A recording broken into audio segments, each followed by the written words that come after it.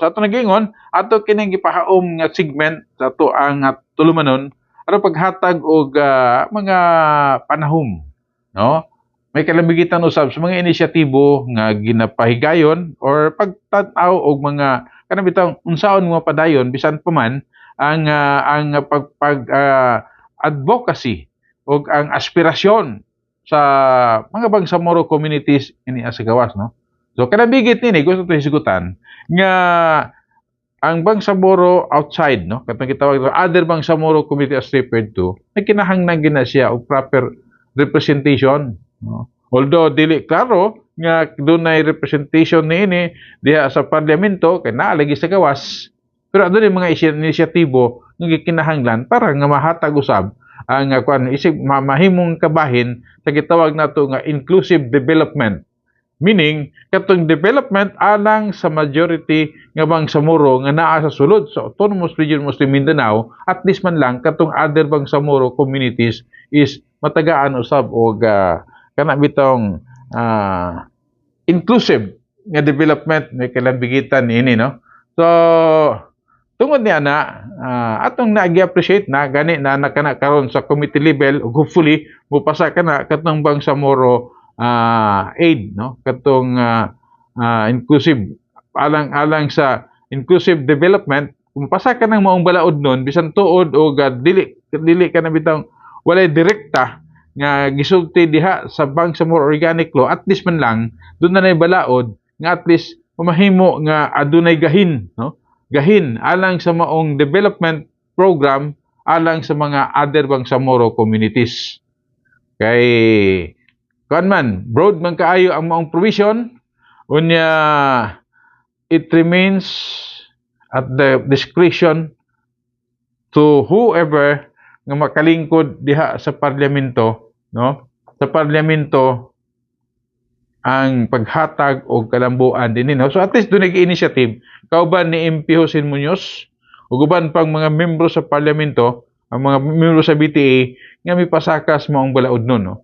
So kabahin ka na sa pagpaningkamot nga at least man lang matagaan og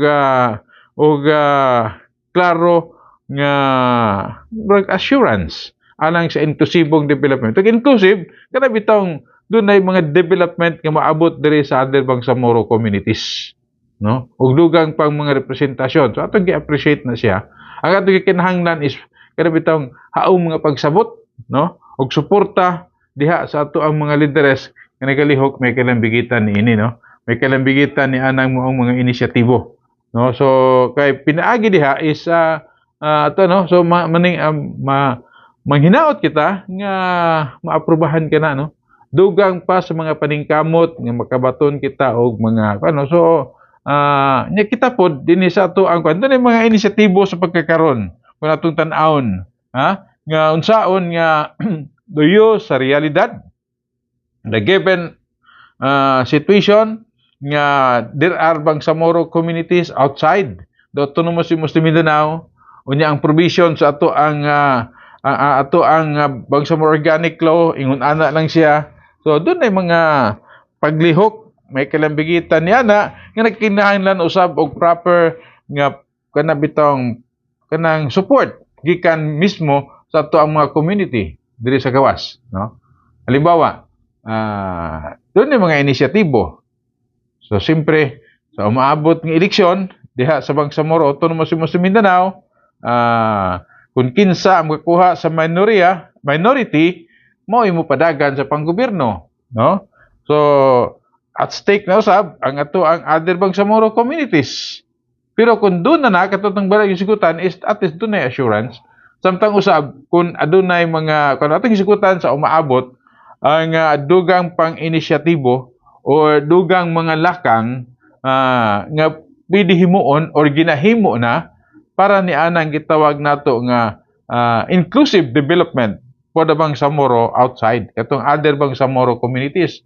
Unsaon nga mga inisyatibo may kalambigitan sa mga katong inclusive development o proper representation dili lamang diha sa Bangsamoro Autonomous Mindanao kundi apil na bisan pa man diri sa ato ang national government, no? national government. Kinahanglan nato na nga atong mapaabot ang kanabitang tinuod nga panginahanglanon ug mahatod tubag ni anang maong mga panginahanglanon alang sa tinuod nga kalambuan sa other Bangsamoro communities.